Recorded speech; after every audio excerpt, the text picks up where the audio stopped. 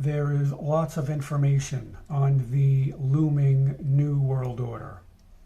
In my estimation, it's already here.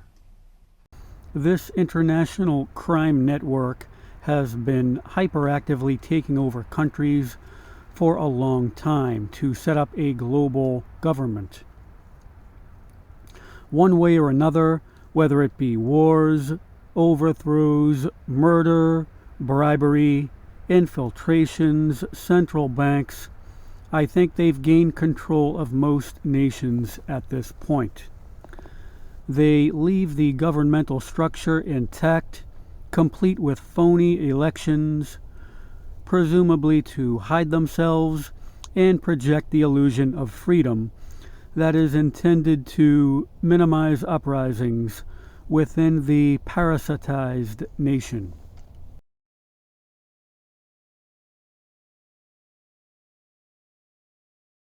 When I observe media reports about a government carrying out terrible offenses against its citizens, I think that although it is that government, it's actually these international banking and royal bloodline families using that government to commit those horrific deeds. Without this knowledge, it might be difficult to conceive that many allegedly independent nations are going along with ecocide and genocide. Yet, when you see that they're all just different masks of the same pathological group following the same plan, then it makes sense.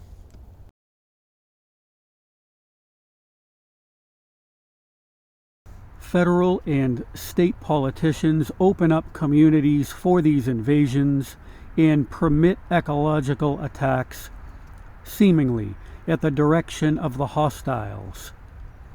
Not all of their efforts result in the fulfillment of a breach, yet enough of them do get through. My point is that these elected officials appear to be following the orders of this band of ecocidal racketeers.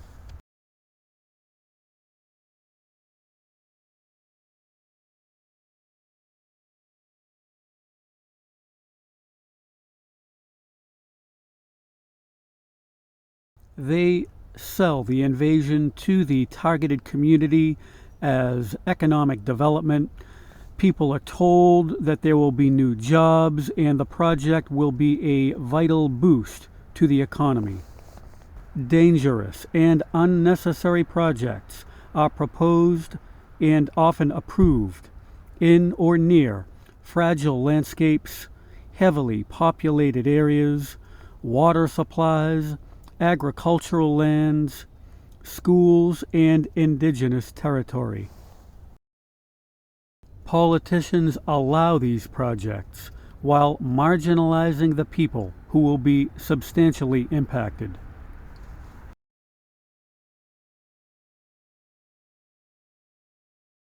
Politicians in the U.S. who expose communities to these invasions have vested interests. They are shareholders of extractive corporations or have received campaign funding from the industry. About 25% of U.S. Congress own stock in oil and gas companies. Evidently, the oil and gas industry also shapes the policies of the Canadian and Australian governments, and I suspect this is the case elsewhere. The industry contributes to political campaigns in America. This funding of political campaigns by the industry is especially prevalent in fracking-heavy states like Ohio, Pennsylvania, Texas, and North Dakota.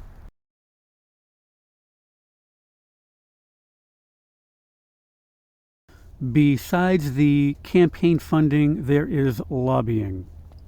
Lobbyists are used by oil and gas corporations to persuade Congress members to enact legislation favorable to the industry. Some of the lobbying techniques include offering Congress members high-paying jobs that will be available to them upon their retirement. And while they're serving in their congressional posts, the industry furnishes them with gifts, favors, and money through elegant fundraisers. Lobbying used in this way is basically legal bribery. In many cases, these lobbyists are writing the bills that Congress passes. From 2001 to 2011, fracking companies in the U.S. spent $726 million lobbying Congress. So that gives you an idea of how influenced these elected officials are by the industry.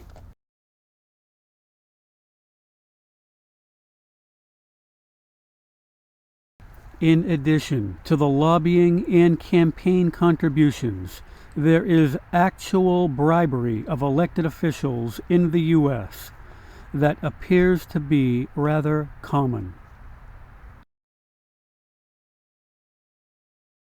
The corruption is everywhere because this is a global crime network that functions through governments.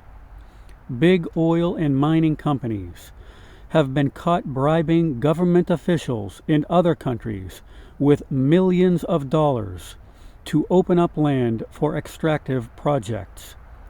Complicit officials have included presidents and prime ministers. As we'll see, these projects are a cover for atrocious human rights abuses and removal of resources that are essential to life.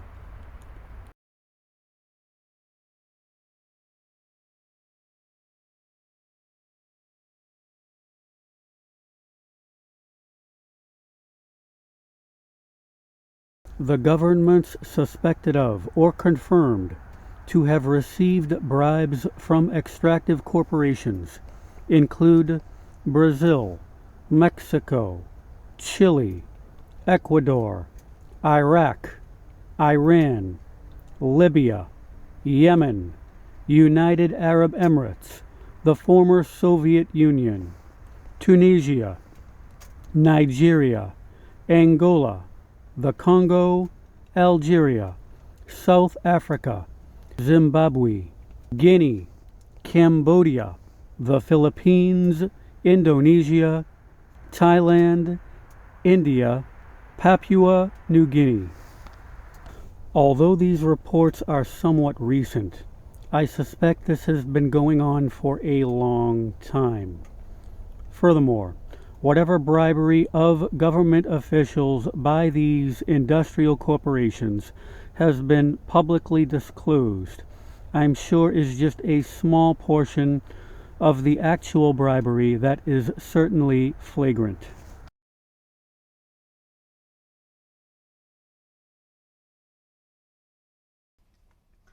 At this point, I think that a majority of state and federal politicians in the U.S.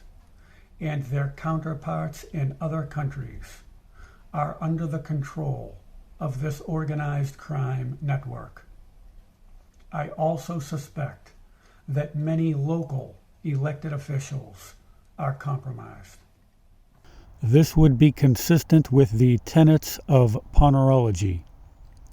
Only those loyal to the pathocracy climb the ranks in a system run by psychopaths, while decent people are filtered out through a process of negative selection.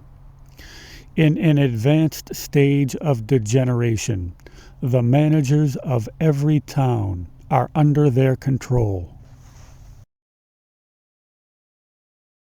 So these incentives, campaign contributions, legal and illegal payoffs, and virus-like corruption are some things that you may want to keep in mind during the next chapter when we observe what these elected officials and environmental regulators have been doing for this criminal network at the expense of the environment and humanity.